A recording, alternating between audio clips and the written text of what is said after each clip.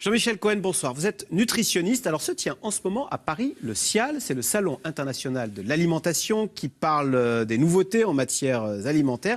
L'une des grandes tendances du moment, vous confirmez Jean-Michel Cohen, c'est le recul de la viande, notamment chez les jeunes qui mangent de moins en moins de viande, alors notamment la viande rouge plus que la viande blanche qui baisse. Oui. Il y a un combat qui s'est fait au travers de la souffrance animale, d'une part, qui a beaucoup sensibilisé les gens, et d'autre part, il y a un marketing très important qui se met en place pour produire des produits de remplacement à la viande. Donc la conjonction des deux fait qu'on a une baisse de la consommation de viande qui descend quasiment en dessous de 50 grammes par jour et par Français en moyenne, et une augmentation des produits végétaux. Alors notamment, il y a un produit végétal assez surprenant qui se développe, ce sont les algues.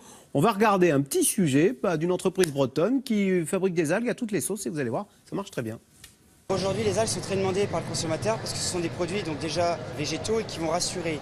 Il y a eu pas mal de scandales dans l'alimentaire, la vache folle, la fièvre afteuse. Il n'y a pas très longtemps, la viande de cheval dans les lasagnes. Et aujourd'hui, sur les algues, qui sont source d'oligo-éléments et de minéraux, on a une connotation santé naturelle liée aux océans, à la Bretagne. Donc c'est un produit qui est fortement demandé, tant est qu'on ne pollue pas trop nos océans. Alors que dit le nutritionniste? Vive les algues? Je dis qu'il y a un argumentaire marketing qui est bien rodé, que l'algue, pour nous, c'est effectivement des minéraux, mais il y en a dans la plupart des aliments. C'est effectivement des oligo-éléments, mais il a loupé le fait de dire qu'en fait, le principal intérêt des algues, c'est le contenu en iode. Que ce soit un produit de remplacement, non. C'est un végétal marin, comme un autre végétal, qui peut être intéressant à consommer sans plus. Docteur, est-ce qu'on peut se passer de viande? Est-ce que de nature, l'homme, il n'est pas herbivore de nature, il est omnivore, non? L'homme est omnivore. C'est sa spécificité. Les hommes préhistoriques, ils mangeaient de la viande. Oui, absolument. Enfin, dès qu'ils ont pu la manger, justement, leur corps a grandi, ils ont pu se redresser. Mais on peut vivre sans viande aujourd'hui si on consomme des protéines d'une autre nature, qui sont des protéines complètes. Exemple type, les œufs. Exemple type, les produits laitiers comme le fromage, les yaourts, ou bien même comme les poissons. Donc on peut totalement vivre sans viande si on en a envie. Alors la mode des végétaliens qui se refusent à consommer des produits issus du monde animal, ce que vous venez de citer exactement, les œufs, le lait, donc ça c'est dangereux si on vous écoute. C'est très excessif, c'est extrêmement dangereux avant l'âge de 3 ans, ça a valu une peine de prison à une Américaine. Après l'âge de 3 ans, si vous n'êtes pas un spécialiste de la préparation alimentaire et du croisement des végétaux entre eux,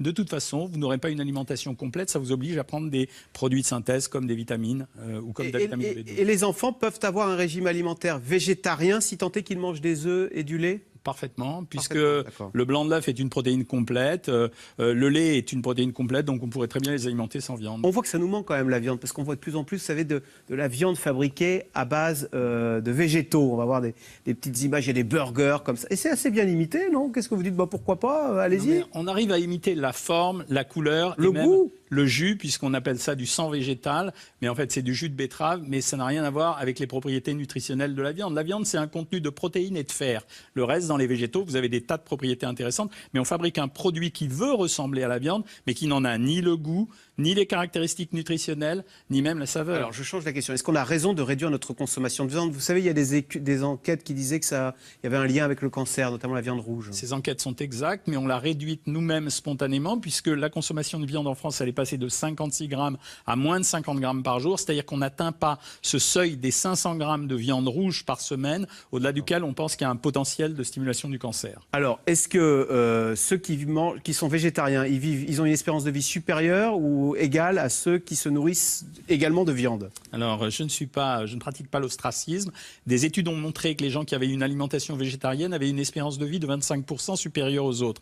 Mais la conclusion n'a pas été de dire que c'était parce qu'ils étaient végétariens, mais peut-être parce que ce sont des gens qui ont des modes de vie beaucoup plus sains que d'autres, qui ne fument pas, qui boivent peu d'alcool. Il y a toute une panoplie. Voilà. On fait du sport, on ne fume pas, on ne boit pas d'alcool, on ne mange pas de viande rouge, c'est un etc. comportement. Alors, un autre phénomène en ce moment, c'est la déferlante du sang. Le sans gluten, sans lactose, sans pesticides, sans antibiotiques, sans OGM, sans huile de palme, sans colorant, sans conservateur. On a raison d'appliquer le principe de précaution à notre alimentation. Ça traduit deux choses. La première chose, c'est l'avancée des connaissances scientifiques qui nous permet de savoir, au travers de l'alimentation, ce qui nous est positif ou négatif. Donc il y a des fonds de réalité. Et la deuxième chose, c'est la peur générale qui s'est emparée de la population à propos d'une nourriture qu'elle ne comprend plus, vue ou qu'elle ne maîtrise plus. C'est très compliqué aujourd'hui de savoir de quoi est fait un produit alimentaire. C'était beaucoup plus simple avant quand on avait du poisson et une pomme de terre dans notre assiette. Aujourd'hui, ce sont des plats préparés, on ne les connaît pas, ça fait peur aux gens. Donc la conjonction des deux, ça veut dire on sait qu'il y a des choses dangereuses ou moins bonnes pour nous, plus les peurs alimentaires qui sont alimentées par notre connaissance, y compris par les réseaux sociaux, ça provoque l'éclosion du sans quelque chose qui est devenu maintenant une façon de vendre. Donc on vend un produit... Il y a un peu de marketing, il n'y a pas un développement généralisé des allergies. C'est exactement ça, parce que maintenant le meilleur des produits, c'est celui qui est sans rien, y compris sans matière à l'intérieur. Allez, un mot, on va faire plaisir à Jean-Luc Mélenchon qui dit qu'il s'est mis au quinoa là, dans Gala. C'est une mode ça, le quinoa? C'est pour remplacer le blé? Oui, c'est une mode. On redécouvre de temps en temps le quinoa, le boulgour, le sarrasin, etc. L'année prochaine, ce sera un autre.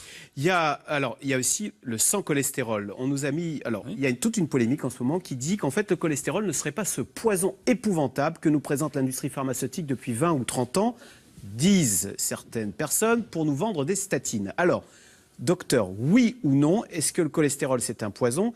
Et est-ce qu'on a raison de bannir de notre alimentation, notamment la charcuterie?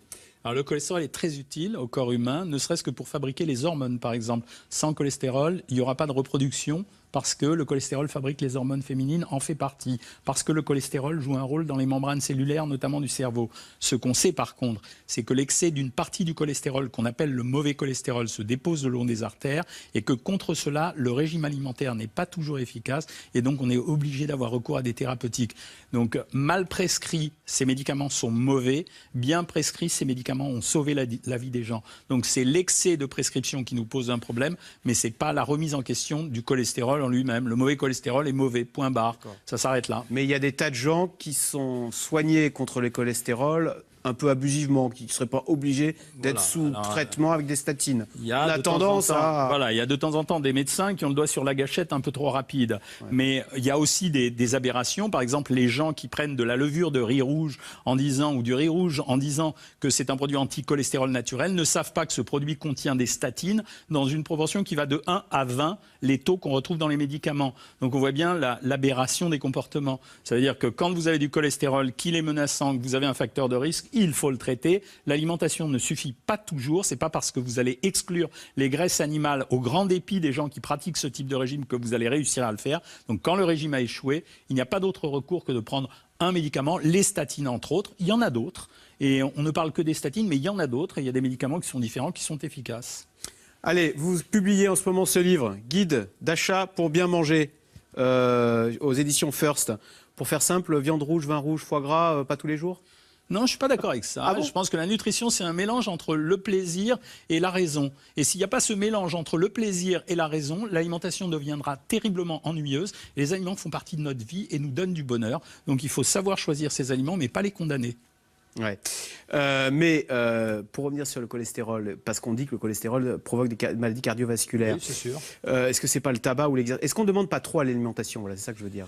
Je voudrais honorer André Comte-Sponville, un philosophe qui déclare que notre société est en train de se surmédicaliser et il a raison. Notre quête permanente de la performance et de la longévité finit par devenir une obsession qui elle-même va finir par nous tuer. Donc ça veut dire que la raison, c'est d'être modéré dans la prescription des diètes et dans la prescription des médicaments. Ça nécessite simplement un peu d'intelligence commune. D'accord. L'alimentation est un plaisir avant d'être un médicament?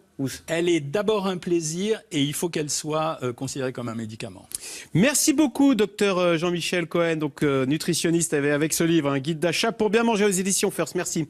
Restez avec nous tout de suite. C'est dans l'air. Caroline Roux, la coalition internationale a lancé sa grande offensive sur Mossoul, le fief de Daesh en Irak, une ville d'1,5 million d'habitants qui vit depuis plus de 2 ans sous le joug des djihadistes. Daesh est-il sur le point de tomber?